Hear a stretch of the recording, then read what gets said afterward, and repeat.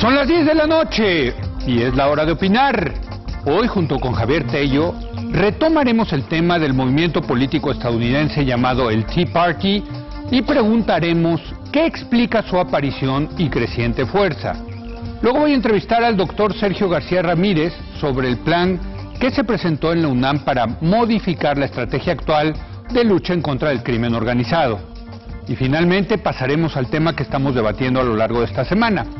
¿Qué tan sostenible es el estado de bienestar? Quédese aquí, en Foro TV, que ya comenzó la hora de opinar.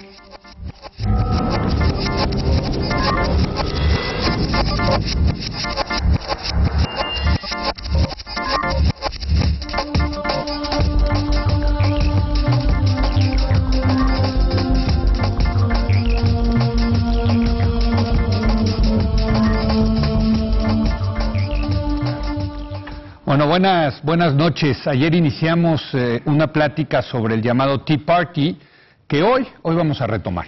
Este movimiento político surge en 2009 como reacción al rescate financiero allá en los Estados Unidos y al paquete de estímulos adoptados a raíz de la crisis financiera del 2008.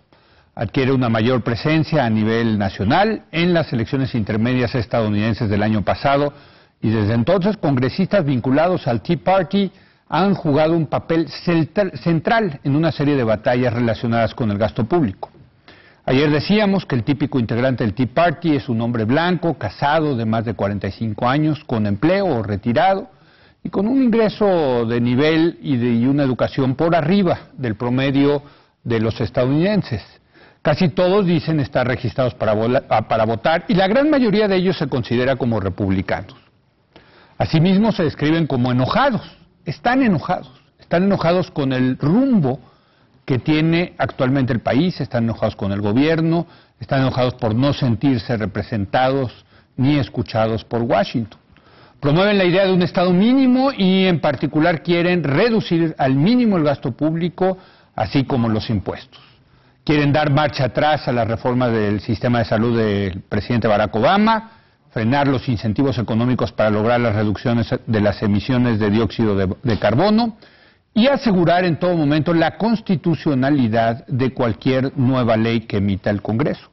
En fin, se trata de un movimiento ultraconservador y todo parece indicar que su influencia no disminuirá en el mediano plazo y que jugará un papel importante en las próximas elecciones presidenciales en Estados Unidos del año que entra. Javier Tello, muy buenas noches. Leo, buenas noches. Pues nos quedamos cortos ayer, así que decidimos retomar el tema de hoy del Tea Party, que por cierto dará para mucho porque, como dije en la introducción, va a ser un movimiento fundamental en la elección de Estados Unidos y aquí en Es la Hora de Opinar, como parte de nuestro esfuerzo para el año que entra, pues vamos a cubrir de manera muy profunda, muy seria el tema de las elecciones en Estados Unidos. Desde luego también el de México, ¿no? Claro. Que tendrá prioridad, claro. Pero el de Estados Unidos también, ¿no? Totalmente. Entonces este tema es el comienzo, creo que de una larga charla acerca de este movimiento. Y una rectificación antes de entrarle al tema de dónde viene, etcétera. Ayer hablamos de migración, ya me volví a meter a la encuesta y si bien efectivamente están principalmente interesados en temas económicos, es más, ante la pregunta ¿cuál usted piensa que es el principal reto que enfrenta Estados Unidos? El 78% dice que es un reto económico y solo el 14% dice que es un reto de tipo social. Entonces les interesa lo económico. No obstante, cuando les preguntan sobre migración, sí hay una diferencia respecto a la población en general, no muy marcada en cuanto a la migración legal, pero sí más marcada respecto a la migración ilegal. Es lo que te decía yo ayer, ¿no? Sospecho que es más un tema de derecho, de ley, de aplicación de la ley, que otra cosa, ¿no? Pero algo hay de racismo también, yo creo, encubierto en todo esto, ¿no? Y el segundo tema que creo que que no mencionamos la vez pasada antes de entrar a estos nuevos temas, es su enorme rechazo a Obama. Porque creo que ahí también hay un tema racial, frente a una aprobación que tiene en la población en general Obama del 50%, más o menos, solamente el 7% de gente simpatizante con el Tea Party aprueba el trabajo que está haciendo Obama. Incluso muchos los consideran como no americano, por esto que nació en Hawái, Un alto porcentaje, tristemente un alto porcentaje de la población en general. En Estados Unidos, pero más los del Tea Party. Pero la otra cosa que es importante también decir ahorita que le entremos a estos otros temas del Tea Party, es que un alto porcentaje, alrededor del 90%, piensa que es un socialista. Sí. ¿No? Que hay que decirlo, si estuviéramos hablando de Tony Blair o de Rodríguez Zapatero que le dijeran es socialista, pues diría sí, soy miembro del Partido Socialista y con mucha honra. Pero decir socialista en Estados Unidos es casi una grosería, ¿no? Sí, y además hay una larga tradición de ese tipo de caracterización de políticos en Washington, que otra vez es importante a la hora de tratar de entender de dónde viene este movimiento. Solamente hay algo peor que un socialista, un comunista. Que son a veces sinónimos. Pero, discriminan poco. Pero creo que debemos de empezar con el peso político que tiene este grupo, y creo que hay que dividirlo en dos, tanto en el electorado en general como dentro del Congreso. En el electorado en general, según otra vez encuestas que se han hecho a finales de 2010, representan alrededor del 18% del electorado. Que no es poco. No es poco. Yo te lo decía ayer, es del tamaño más o menos del PRD en México. Y es del tamaño, y esto también ahora que hablemos de por qué surge, es el tamaño de la gente que apoyó a Ross Perot en 92, que ganó el 19% del voto. Y hay que decirle a la gente, Ross Perot fue un candidato que se lanzó en la elección de 92, donde compitió el presidente Bush padre en contra de Bill Clinton, y salió este tercer candidato independiente. Multimillonario tejano. Con ideas similares. Sí, populista de derecha, diríamos, ¿no? Sí. Y que jaló pues precisamente al 18-20% de los votos. Exacto. ¿No? Ahora, si bien simpatizantes... Y por cierto, gracias a eso ganaron los demócratas, porque parte del voto que jaló fue republicano, y eso le costó al presidente Bush padre la reelección, ¿no? Totalmente. Estamos hablando de gente que se identifica con el Partido Republicano y que está registrada. En Estados Unidos te tienes que registrar para votar y te registras con un otro partido y está registrada para votar por el Partido Republicano. Ahora, si bien representan en estas encuestas el 18%, solamente el 4% dice haber ya sea dado, donado dinero o participado en alguno de sus eventos. Entonces vamos a decir que 18% son simpatizantes y 4% son militantes. Sí. Que no está mal. No está nada mal. Al mismo tiempo... 4% de Estados Unidos es un chorro. Sí, y en la última elección intermedia, en las encuestas de salida, alrededor del 40% mostró algún tipo de simpatía por el Tea Party. Entonces, sí, claramente está este movimiento está capturando algo importante allá afuera en Estados Unidos. Estamos hablando, como tú dices, en términos relativos y absolutos, como lo quieras ver, de un porcentaje importante del electorado, ¿no? Ahora, sí es, digamos, en la curva de normalidad ideológica, ¿no? Curva de normalidad entendida en la estadística, ¿no? Sí, digamos, a la izquierda está el Partido Demócrata, a la derecha el Partido Republicano, y estos están a la derecha del Partido Republicano. O sea, sí es un movimiento de ultraderecha. Yo sí lo caracterizaría como un movimiento de ultraderecha, e incluso algunos yo sí de plano los caracterizaría como algo fuera del Partido Republicano y algo que históricamente el Partido Republicano ha tratado de rechazar. Pero que están muy metidos ahorita en el Partido Republicano. Y siempre han estado en el margen, ¿no? Pero pasemos rápido al Congreso, si quieres, de su presencia en el Congreso. Correcto. El grupo de miembros del Tea Party en el Congreso, el caucus, que les llaman, son de 64 personas, 60 en la Cámara Baja, 4 en el Senado. Esos 60 en la Cámara Baja, estamos hablando que representan el 14% del total de la Cámara, pero el 25% de los representantes republicanos. 25% de los republicanos en la Cámara Baja están con el Tea Party. Con el Tea Party. En el Senado solamente son 4 senadores, que representa el 4% del total del Senado y el 9% de los senadores republicanos, ¿no? Entonces, donde están presentes hoy por hoy es claramente en la Cámara Baja, y sí es otra vez una presencia importante, sobre todo dentro del Partido Republicano. Es una presencia importante, se ve minoritaria cuando ves esos números. Bueno, 25% de los republicanos. Pero con gran capacidad de chantaje, digamos, político, por llamarlo de alguna manera, otros dirían de negociación. Un poco me recuerdan a los partidos religiosos en Israel, que aunque son minoritarios tienen esta capacidad de sacarle muchas cosas a los partidos laicos para apoyarlos en ciertas políticas públicas.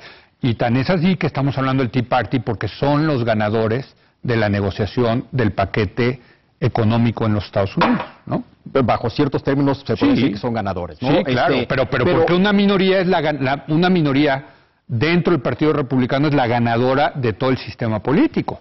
Claro, yo creo que tiene que, y si quieres ahorita entramos al tema de su origen y cómo surgen y por qué han adquirido tanto poder. Yo creo que esta capacidad de chantaje tiene que ver mucho con una coyuntura por la que está pasando el Partido Republicano. Completamente de acuerdo, sí. Pero lo primero a decir, creo, es que este tipo de movimientos tiene largos antecedentes en Estados Unidos. Muchísimo. Desde incluso antes de su independencia.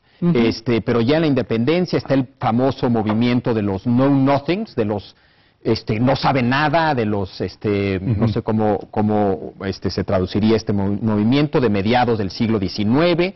Está también el importante movimiento, el Partido del Pueblo, a finales del XIX. Muy importante. Luego la Liga de la Libertad a principios del XX, pero sobre todo al movimiento al que más se le parece en muchos sentidos es el famosísimo John Birch Society de los 60s, que argumentaba y por eso mencioné lo de Obama y lo de socialista.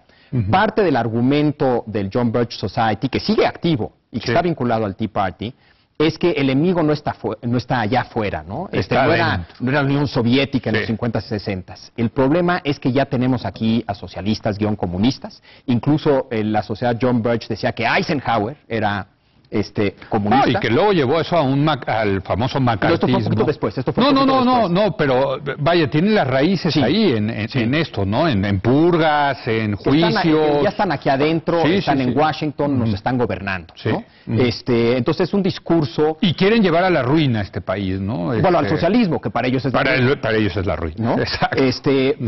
Pero verdaderamente son teorías de conspiración que los mexicanos quedamos cortos comparado a las teorías de conspiración del John Birch Society, que insisto, sus libros, sus publicaciones, Glenn Beck las promueve, algunas de ellas se han convertido en bestsellers, un libro en particular que argumenta que la Constitución americana tiene sus orígenes en la Biblia y no en la Ilustración, en fin, ese es...